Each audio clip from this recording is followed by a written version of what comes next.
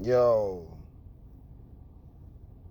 I left my headphones inside somewhere in a random space right now. About to kick it with y'all about NXT.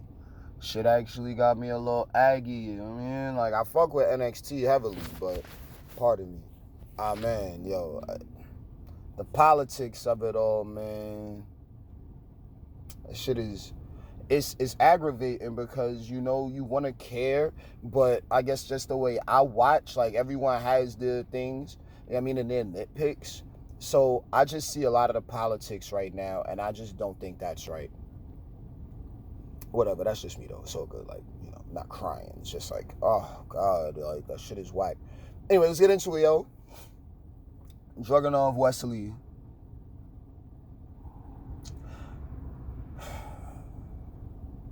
These are week by weeks, man.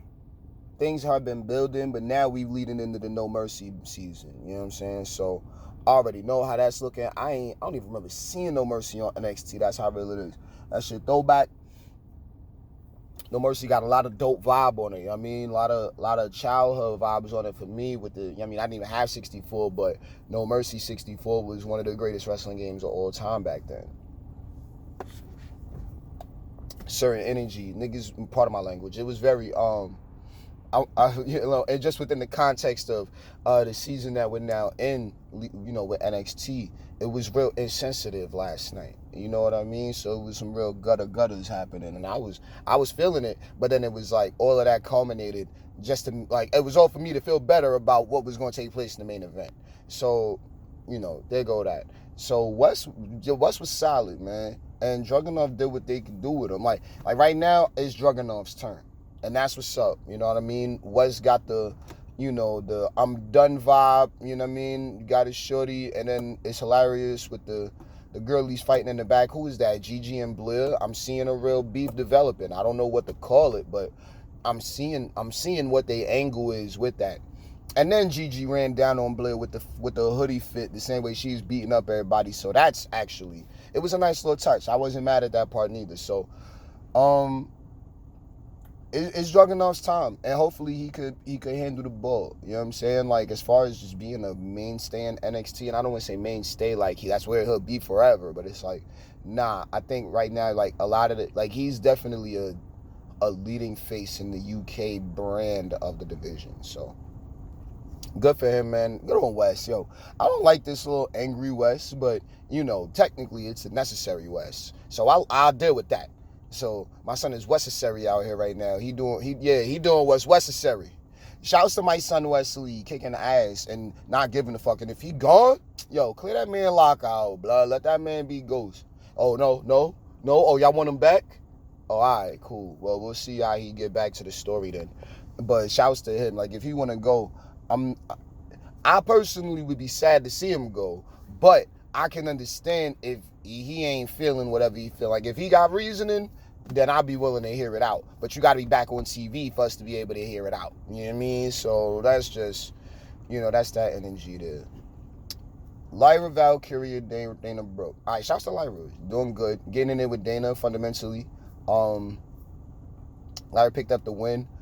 Man, you see, what's the point of having these comebacks just to have them be enhanced or be enhancement? You know what I mean? Like, much I love Dana Brooke, I only see her with one move. And like a little cartwheel into the elbow. We need more than that. That's really what I got for it. Lyra been solid forever. So, since I seen her on the come up. So, Lyra was one of the first ones in Level Up Culture for me when I jumped in the game. So, shouts to her. And, slow come up. Next story, please. We'll get to whatever we get to when we get there. But shouts to her for catching that win over Dana. And we got Tyler Bate and Axiom. Man, the character that they're trying to promote through Tyler, not banging with it. Tyler Bate is the superstar. I definitely bang with him.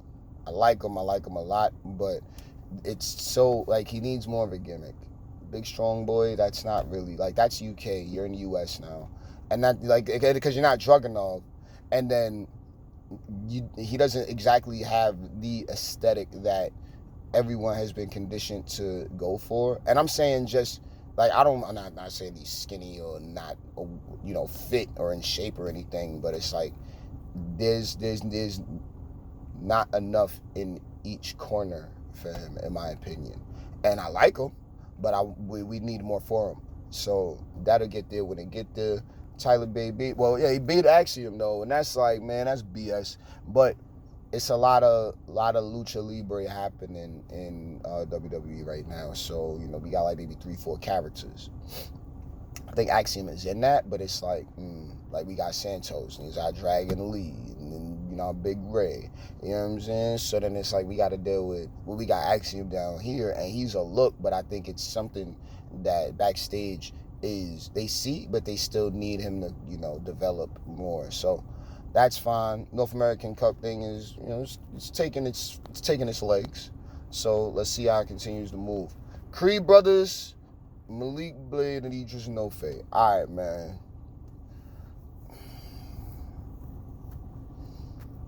I'm just going good faith. The tag division heating up. The Creeds got the win. Are there any other tag teams? The only other tag team I can think about, okay, Stacks and the Don. And then we got the Gallus boys. Who are the tag champs on NXT right now? Schism just looked to damn blow up. I don't even know what happened there. But Ava and Gacy is fine, but what are we doing with the tags? So who is the tag champs on NXT right now? I'm mad I can't remember off the top. Either way, Nathan Frazier, Akira Tozawa. I didn't think they needed to go back to back on Hulu with the North American stuff. North American Cup things or whatever that thing is called. Heritage, yeah, that thing. I wasn't really crazy about it. Nathan Frazier got a new theme song. I think it needs more background, because right now all we're hearing is subtle bass line, and I'm not mad at it. Everything he's doing with that track is great, but it doesn't exactly fit the Nate Frazier character we've grown to know throughout the time. So there goes that. And then who did he take on? Tozawa? Oh man, good on Tozawa. I don't want Tozawa to be enhancement talent forever, but if that's the way they see him, then it is what it is. But I think Tozawa is definitely if you really keep that crowd on his side, then he is going to be a strong player for like the long term. I think he could be one of those, like, I'm not saying, like, it's not exactly a gimmick, you know what I mean? But longevity with him being a stamina monster, that will really get him into a really solid spot on the main roster down the line. And shoot, like, I feel like he could be like one of those, like, I feel a crowd pop with him at the Rumble. You know what I mean? Like, just saying. So there goes that.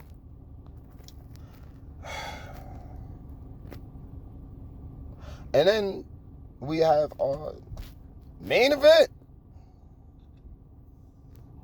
Becky Lynch, Tiff Stratton, NXT Women's Championship. And it took me back to the 1.0 days. Like, I went through too many emotions watching it. Like, I watched a superstar come through and take TV time.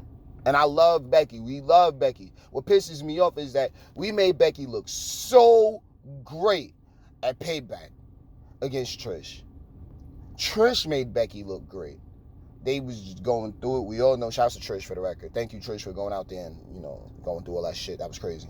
That was just so real. It was just amazing how you come back and do that. But then it's like, Rebecca got that one good hit on Nia Jax. Now we can finally get that match. Is Nia Jax any better? What type of powerhouse she about to be? Becky not going for the Women's Championship right now. Nia Jax goes for it, beats Rhea. Then Becky jumps in? I don't know. Because Becky got the championship right now over on NXT. So what's doing? Oh, Kiana don't like her down there.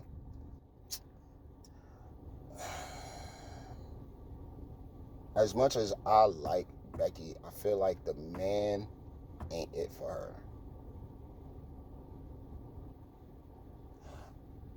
She needs to be more hot-headed, but it doesn't need to be written in the storyline like, oh my God, she's such a temper now. No, we need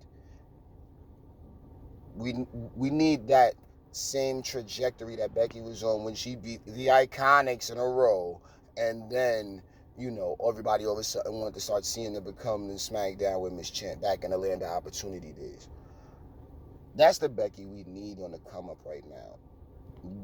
The confidence of the man, I think, cancels itself out with everything that the NXT product has been attempting to build character development wise. And Tiffany Stratton is a perfect example. She does all of the great things though, but to get the title off of her, I don't know about it. But then it wasn't really much going nowhere with nothing. So who would have been the next one to make it mean something? And that's where the politics comes in. Excuse me.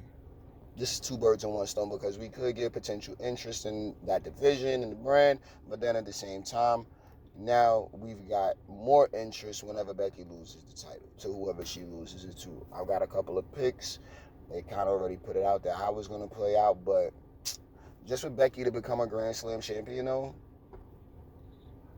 got to battle Charlotte somewhere, and that's no diss. I would like for them to be friends, but I can't speak to none of that when it comes to this.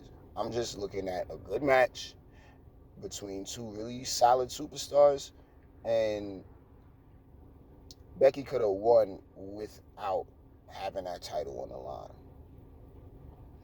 Maybe down the line, like, Tiff should have at least got the first one. But maybe who's gonna win it at who's gonna win at No Mercy? What's the match gonna be set up as? You know what I mean? It's like, these are the things. So I'm not gonna spaz. Like, I can't sit here and say, oh no, that was bad. No, it was a solid match. Tiff could keep up. Of course, she need more time in the development of it, obviously. But there's nothing wrong with that. Like, I think she's great. I think everybody that was on my screen, did a solid job. Anything awkward? Nah. Even with the Braun segment, and like with Braun and Vaughn and, you know, Corbin and all that. Now, if Corbin don't come outside and beat Braun surprisingly, I don't know. I don't like Corbin being another enhancement talent, especially at this point. Like, I'm actually enjoying the way his confidence looks and the way it comes off. I mean, I've been liking Baron Corbin. I'm in the minority with that. But the experiment to see if we can get him to be a babyface is done. Go Away Heat is also done. He's accepted now. But I'm going to need to see that man almost kill Braun Breaker. He going to need to go in there and almost kill that man to stop him, because Braun looking real, that boy looking dangerous out here right now. I'm not going to hold you, man. I'm liking what I'm seeing out of Braun Breaker so much, man. Good on him. Like, this is how you carry the brand, and they might not like him too much. Oh, man, hold on. The lines with the Olympic gold medalist and then the other one where he was speaking on Gabe, that was crazy. Braun destroying Vaughn like that, yo, keep that shit up. The people need that. It's definitely high-octane NXT shit. So there's all of that, man. I could sit here all day and talk to these guys about what needs to happen next, but I really would rather lean into tonight being SmackDown. Tomorrow I'm going to be able to catch SmackDown. Pardon the lateness. Had a little bit of the technical difficulty with the televisual, you know what I'm saying? But now we got that all taken care of, thankfully and luckily, you know, heartfeltingly, because I was really like, yo, I ain't even see NXT yet, man. I need to see what's popping in these streets, bro. So, whatever.